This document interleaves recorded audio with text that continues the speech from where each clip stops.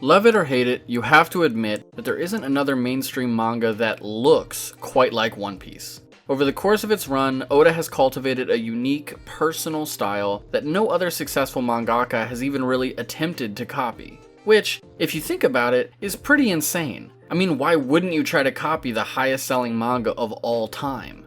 And yet, here we are, with Oda's style more popular with audiences than ever before, and yet still totally his own. This style is not without its detractors, however, and one of the more controversial aspects of Oda's style, certainly the one that creates the most discourse online, is his depictions of women. Some accuse him of drawing the same woman over and over again, with all his female characters apparently looking identical to each other. Some accuse him of misogyny for the way he sexualizes his female characters. Still others say that his women, with their exaggerated proportions, look strange or off-putting. And still, many others simply enjoy the designs, finding them cute, cool, or even arousing. Unfortunately though, through all these takes, very few people have actually tried to define what makes a stereotypical One Piece girl, the image that pops into a person's head when they hear the phrase, female character in One Piece. People have certainly noticed that Oda likes to draw women with large breasts or thin waists, but those are hardly unique qualities in and of themselves. In fact, if drawing women with big boobs and small stomachs is enough to say something is in Oda's style, then there are about 3 billion artists in the world who have ripped off Oda's style, many of which did so before he was even born. To really get an idea of what makes a One Piece girl, we have to go a bit deeper than that. Which One Piece girls? The first thing to acknowledge is that there isn't actually one specific design template for a female character in One Piece. It would be genuinely insane to look at Nami, Miss Monday, Kokoro, Bellamere, Dadan, and Odahime and conclude that they all looked the same. They don't. It just isn't true. The cast of women in One Piece is actually extremely diverse. Please look at these pictures of Suru and Katarina Devon and tell me what the two have in common. Now look at these pictures of Sugar and Big Mom. See the similarities? Okay, last one. Charlotte Amand and Granny Neon. You get the point. This isn't to say that there isn't a certain type of woman that crops up more than others. It's just to say that what we commonly think of as stereotypical of Oda's style is not an accurate representation of his range. In a way, this discourse is similar to discussions of the Flemish painter, Peter Paul Rubens. Rubens depicted all kinds of subjects and settings in his paintings, and his portrayals of women were no less diverse. He painted everything from humble Madonnas to ornate royalty. However, his love of full-figured, curvy, and even fat women led him to depict chubby bellies, thick thighs, and loose skin so frequently and in such loving detail that he became synonymous with them. And I mean that literally. A word derived from his name, Rubenesque, is still used to this day to describe the kind of women associated with his work. So while Rubens painted all kinds of women, he will forever be known as the guy who loved thick women, which is also how the people at my college will always remember me. Similarly, Oda has drawn all kinds of female figures, but there is one that he has depicted so often and with so much focus that it has come to eclipse all that variety. When Oda wants to draw a woman he finds beautiful, he definitely leans on certain strategies and ideas. Still, it's worth keeping in mind that incredible range as we move on to dissect the features that make a female figure Oda-esque. Length. Perhaps the most obvious thing about Oda's attractive characters is that they are long. Everything seems to stretch out, especially their legs. Oda would be far from the first person to find long legs attractive. It's an established beauty standard in the West, with both men and women preferring it on average. And the same seems to be true in Japan. As a note, the West is relevant here because Western culture and beauty standards have played an increasing role in Japanese society since the 1800s. Thin, slender bodies are also a commonality in both Western and Japanese beauty standards, although it should be noted that both cultures have undergone much needed reform recently. As researchers for the journal Body Image explain, Japanese beauty ideals, such as Hatoshin beauty, emphasize slenderness and contribute to increasing pressures towards thinness. Traditionally, Hatoshin beauty highlights a smaller head and long legs, which overall align with and amplify Western ideals of beauty. The emphasis on thinness only serves to exaggerate the focus on length. A skinny leg appears, at first glance, to be longer than a thicker leg of the same height. The results of these taste preferences are the idea that women should appear to be as long as possible, and the fantasy of an impossibly long woman. Length becomes an erotic dimension. Oda is far from the first artist to tap into this.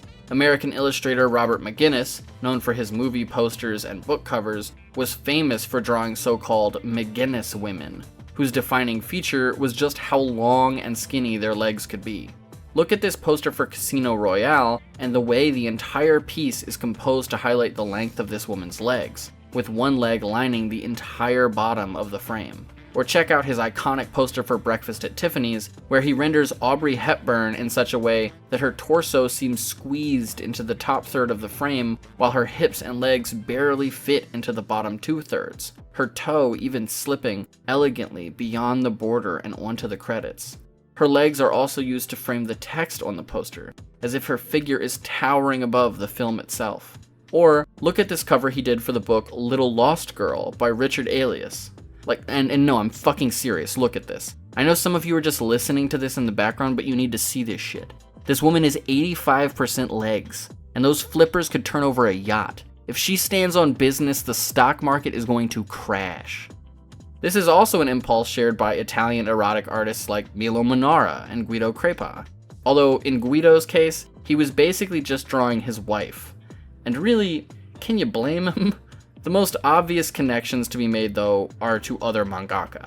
If you read something like Hen by Hiroya Oku, published in the early 1990s, you will immediately see the similarities to Oda's style.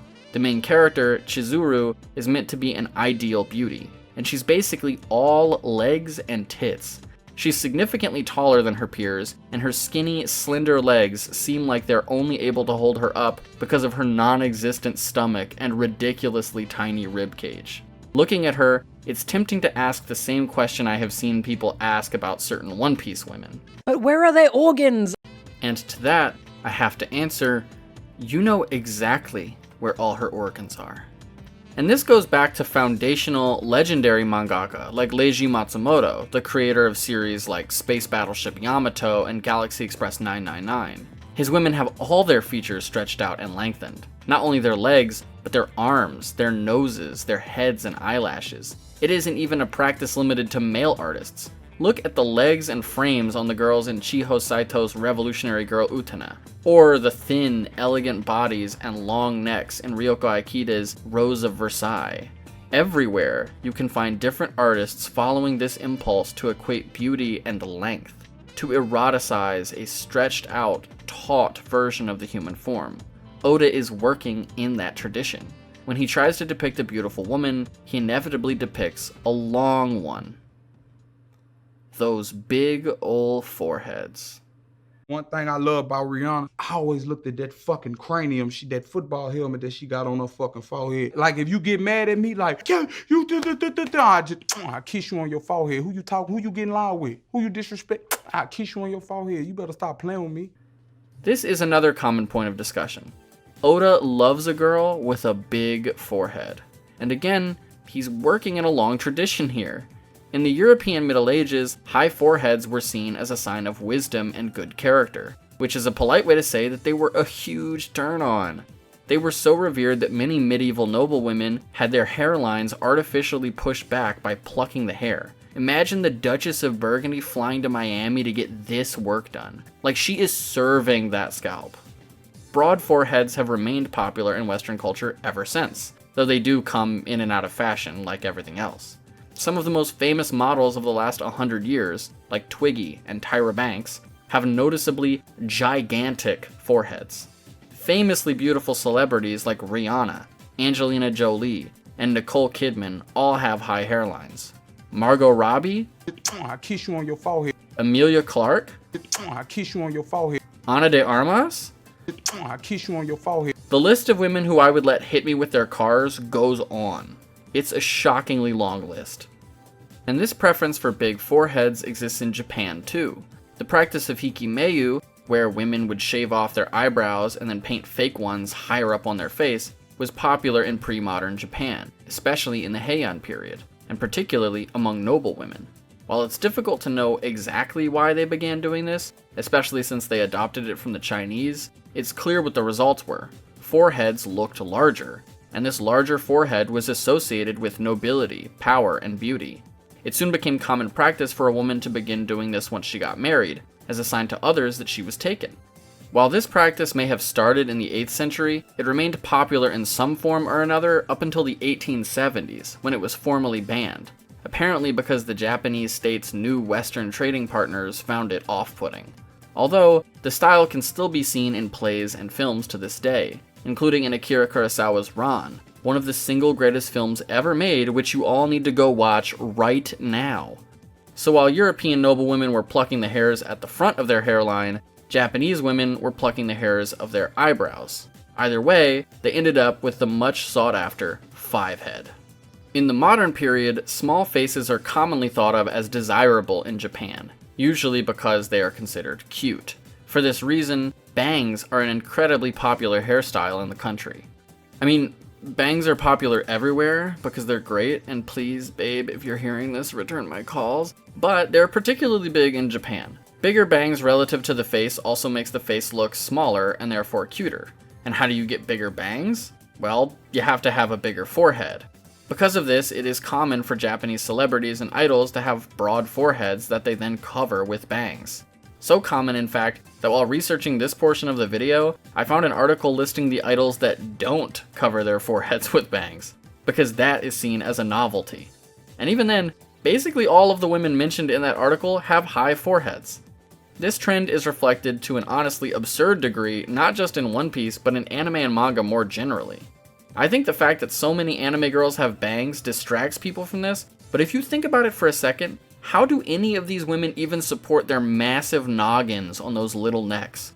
Look at characters like Chi-Chi or Android 18 from Dragon Ball, Alita from Battle Angel Alita, Tsunade from Naruto, or even, again, Chizuru from Hen. In anime and manga, big foreheads are more the rule than the exception. It's just that Oda takes things to an extreme that many other artists don't quite reach. After all, Oda isn't really an artist drawn to realism or even the typical modern anime style. Instead, he seems to find himself most comfortable in the realm of traditional cartooning. And speaking of that, rubber hoses. Ultimately, what separates Oda's style from his contemporaries is his peculiar blend of modern comic techniques, such as his approach to paneling, emphasis on action, and use of long-form storytelling, with an almost classic comic sense of design. He's incredibly fond of caricatures. He loves to exaggerate features until they are absurd, and uses designs to communicate things about the characters. Powerful people in the One Piece world aren't just big, they're enormous. To Oda, it only seems natural to draw characters that are 10, 20, or 30 feet taller than any actual human could possibly be. That's not an impulse shared by his peers. You won't see someone who looks like Big Mom pop up in Naruto or Bleach, but Big Mom isn't even the strangest looking character in the series. Oda has even created some truly traditional caricatures in his work. Hamburger, the Uncle Sam lookalike, is something straight out of a political cartoon from the 50s. I remember comics legend Will Eisner saying somewhere that the essence of cartoon character design was caricature. And if that is the case, then Oda has to be one of the greatest cartoonists of all time. However, Eisner also famously drew a bunch of racist-ass caricatures of black people, so go ahead and take anything he says on that subject with like a couple bricks of salt. In terms of what this means for One Piece women, they too are caricatures. They have their features simplified and exaggerated. They don't just have skinny waists, they have impossibly skinny waists. Their boobs aren't just big, they're absurdly big. This is exemplified in the infamous SBS, where Oda explained that he starts drawing women by simply laying down 2 circles and an X. While people seem to really hate the way he answered this, it's a pretty standard way to talk about the drawing process, especially for someone working in a more classic comic school like Oda. At the beginning of the drawing process, everything is reduced to simple geometric shapes, and then the details are added up on top of those. It's clear he starts drawing most of the men in the series by laying down a rectangle for their torso. I don't think it's particularly offensive to say that. The caricature aspect also explains why his women are so long and their foreheads are so big. When he leans into those features, he really leans into them. But the classic cartoon style isn't just about caricature, it's also about his approach to his shapes and lines. Oda is fond of round, gentle line work on his characters. Luffy isn't the only one who sometimes looks as if they are made of rubber. Bodies look soft and malleable, often moving in ways real bodies aren't capable of. A lack of details and harsh angles creates a smooth, flexible pillow look. Take this color spread for example. Think about how little detail Oda has actually put into these figures and where he has decided to put the details that are there. Nami's legs have no detail, not even at the knee, where you would expect there to be some skin indentation or shadow, especially since the leg is fully extended. Ulti's thighs are so round and puffed up that they almost look like balloons. Every woman in this photo doesn't just have their leg hair shaved, they have had all unnecessary line work shaved clean off. This emphasizes the long, full shape of the slender legs, but it also draws our eyes to the areas that do have more line work, namely the face, the torso, and the feet. It must have been a conscious decision on Oda's part to render the bottoms of Nami's and Perona's feet with smooth, rounded lines in just the same way he renders Ulti's and Vivi's cleavage. These slight details are crucial to these designs because of how much empty space there is on the figures. This rubbery, soft look recalls erotic works by Osamu Tezuka, the godfather of manga. Take, for example, this page from the Book of Human Insects. See how this woman's limbs and torso bend, as if there is no tension in her muscles and she could contort herself into any position at all with ease. See how she completely lacks any of the normal details, shading, and lines that might be expected on a nude body, with only her lightly sketched out breasts and pelvis breaking up what would otherwise be a completely empty space. Notice how her movements seem fluid and graceful even though they aren't quite natural. She looks like something out of an old Carl Banks Donald Duck comic from the 1940s, which makes sense because Tezuka was a fan of Barks' work. But she also doesn't look all that different from the women in the color spread we just looked at. Sure, Oda is definitely doing a lot more there. He has a more maximalist, detail-heavy style overall than Tezuka did. But a lot of the core principles and instincts are there. The stretched-out, rubber-hose style, the focus on expressive body language even at the expense of realism, even the petite waist and seemingly non-existent rib cage. It's clear that Tezuka and Oda share a lot of the same impulses when it comes to erotic art. Not all the same impulses though, because as far as I know, Oda didn't have a thing for sexy, anthropomorphized mice with fat asses. And Tezuka did. Like he really did. Oda's work is also reminiscent of other famous cartoonists who dabbled in erotic art.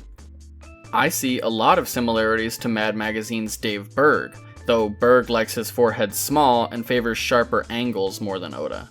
Archie Comics artist Dan DeCarlo is definitely a fan of the 2 circles and an X method, and his round, classic cartoonish look gives his work a similar effect to what Oda achieves in his designs. But no matter how flexible and inflated Oda makes his female characters, he never comes close to the pure blow-up doll look that DeCarlo hits at times. Animator Richard Williams' iconic design for Jessica Rabbit in the film Who Framed Roger Rabbit is cut from the same cloth as Berg and DeCarlo, and therefore it too shares some similarities with Oda's style. Williams once said that Jessica was the ultimate male fantasy drawn by a cartoonist. In that sense, she can be viewed as being analogous to Oda's design for Boa Hancock, the canonical, most beautiful woman in the world.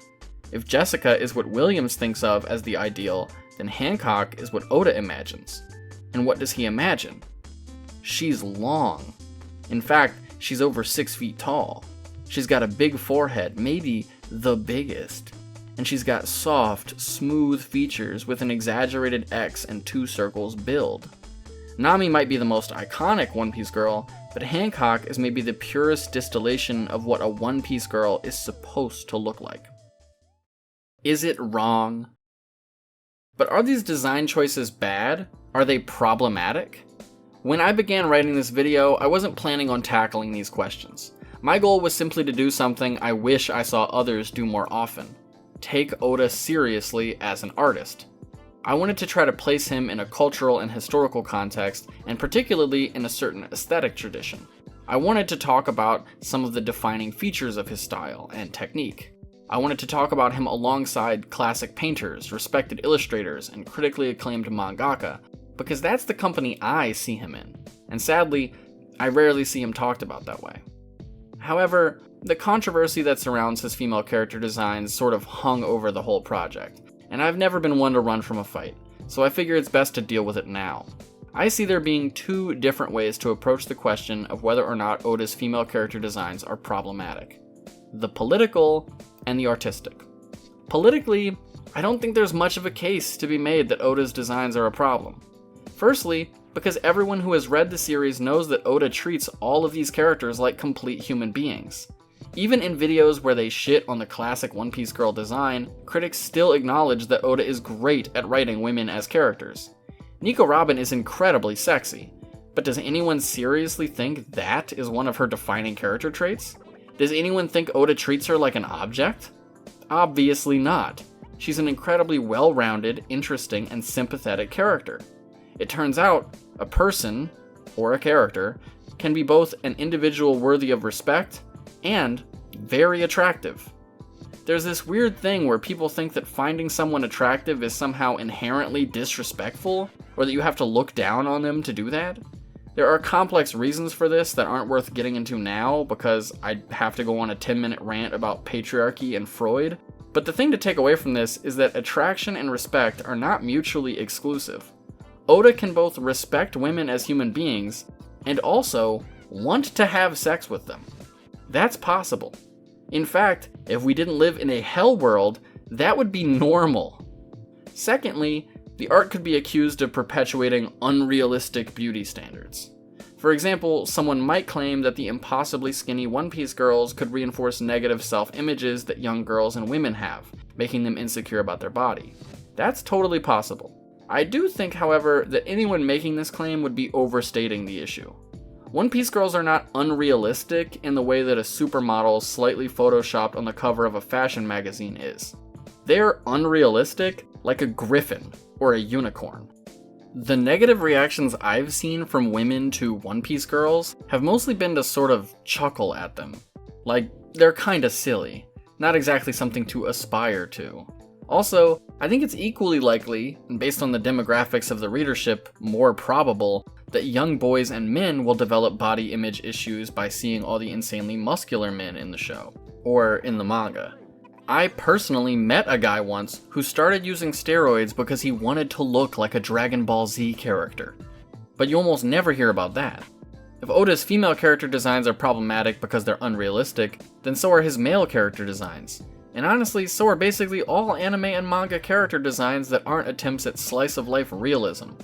I don't want to live in a world where we can't be unrealistic in art, where artists can't explore their genuine fantasies because they're afraid it might give someone a complex at some point. It just isn't a realistic standard to hold someone to. Oda isn't a major corporation intentionally creating insecurities in young women so he can sell them makeup and dieting supplements. He's a guy who draws good. It's worth mentioning too that Oda does do things to challenge beauty standards within the story itself. Remember when you first get to Amazon Lily and they explain that there, physical strength is equivalent to beauty? That's Oda right there in the text calling out that beauty standards are socially constructed. Look at the way Oda lovingly renders the queer characters in the story and consistently tries to tell his readers that it is wrong to judge people based on their appearances. I think Oda is on our side here, guys. Lastly, there actually is a political angle to take on Oda's designs that I have shockingly never seen any popular content creators touch on, and it's this. Oda doesn't have any beautiful black women in the series. And before any idiots pop up to rhetorically ask me, oh, does every series need to have diversity in it? Not necessarily, but One Piece is a globe-trotting adventure epic. There are hot mermaids in this series. There's a gorgeous woman who has fucking bird legs and wings and turns into snow, but we can't get a single black woman in the usual Oda style? Why don't I ever hear people talking about this? I guess as anime and manga fans, people just accept that they aren't gonna get much black representation. I mean, it's not like Oda is worse about this than his contemporaries. Kishimoto introduced a whole village of black people in Naruto, but the one sexy woman in the place is a blonde-haired, blue-eyed white woman. Hell, the only major shonen series I can think of that have important, attractive black women in them are My Hero with that one bunny girl, I don't know her name, I never read that garbage, and Bleach, which has Yoruichi and Tier Haribel. So, big shout out to them, especially Kubo, for that. But yeah, it sucks. I know it's a big beauty standard thing in Japan to want fair, white skin, but that's dumb.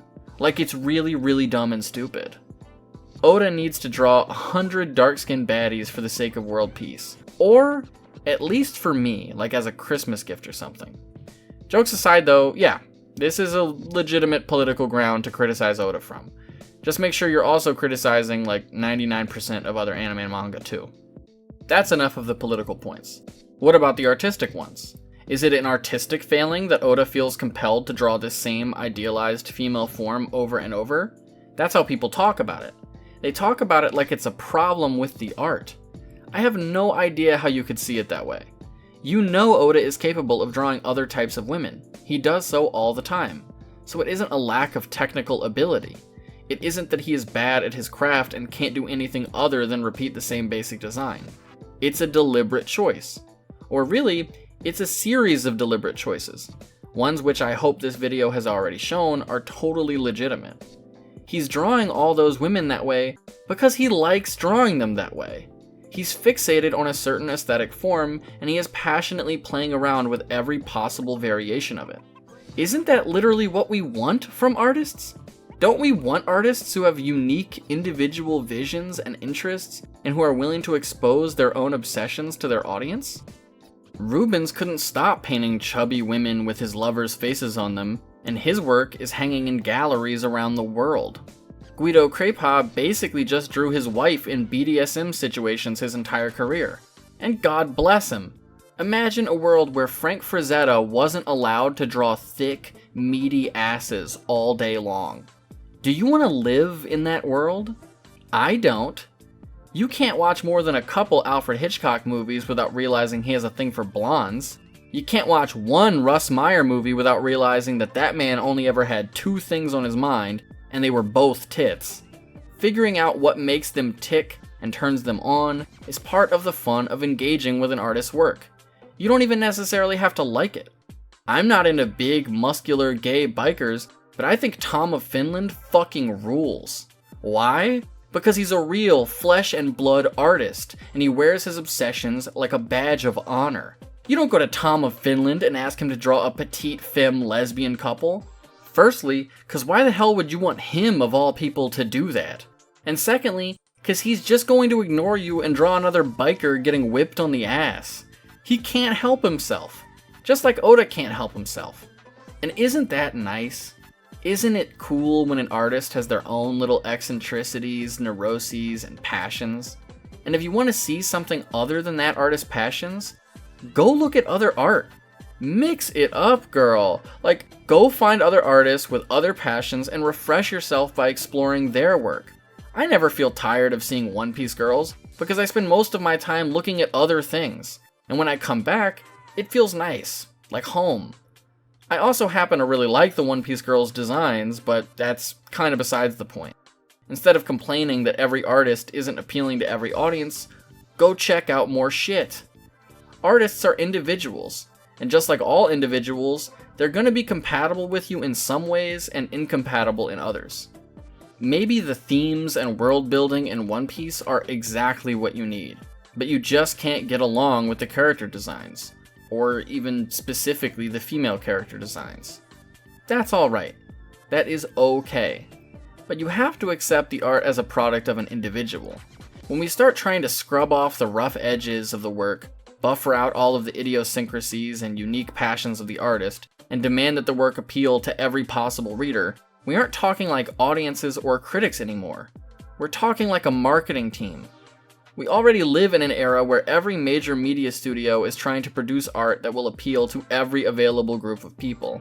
A time where market research departments, audience surveys, and production committees oversee every step of the process so they can ensure nothing challenging or unusual makes it into the final product. Let's not contribute to that as an audience by criticizing artists for not catering to our specific tastes. Of course, If there are genuine problems with the work, call them out. If the depiction of women in a series is sexist, spill ink over that. If an artist just seems genuinely incompetent at what they're doing, talk about it. I've got videos planned at this very moment in which I'm going to criticize Oda for all kinds of things, and I already criticized him in this video for his lack of black representation. But please, let artists be weird. Let them be off-putting and obsessive. It's genuinely the only way that we get art that's worth engaging with at all. Appendix. I know this video is already long and a bit rambling, but I have one more point, and I didn't know where else to put it, so it's going here. I'm actually not totally convinced that Oda is only attracted to the typical Oda-esque One Piece girls in the series. Like, the way he draws Boa Sandersonia, I genuinely think he's a little into that. Charlotte Amand? Like, come on, brother, that neck? He drew that with one hand under the desk. Or, I'm sorry, but Speed? I'm telling you right now, Oda wants to fuck that horse. Why did he give her cunty hair and a killer rack? Her pierced horse ear? What did he mean by that? I mean, look at this SBS where he refers to her as a sexy lady and talks about how he wanted to emphasize her thighs. Her thighs, Oda? She's half horse. So while there's definitely a stereotypical attractive woman in One Piece, I think we sell Oda short by acting like those are the only women in the series he's actually attracted to. Also, they're definitely not the only women in the series that he cares about very deeply. Like, it's not sexual, but he fucking loves Dadan. He is in love with her. He loves Kokoro too, and Granny Neon. Like, he wants to sit on a porch and drink tea with them so bad. And you know what? I do too.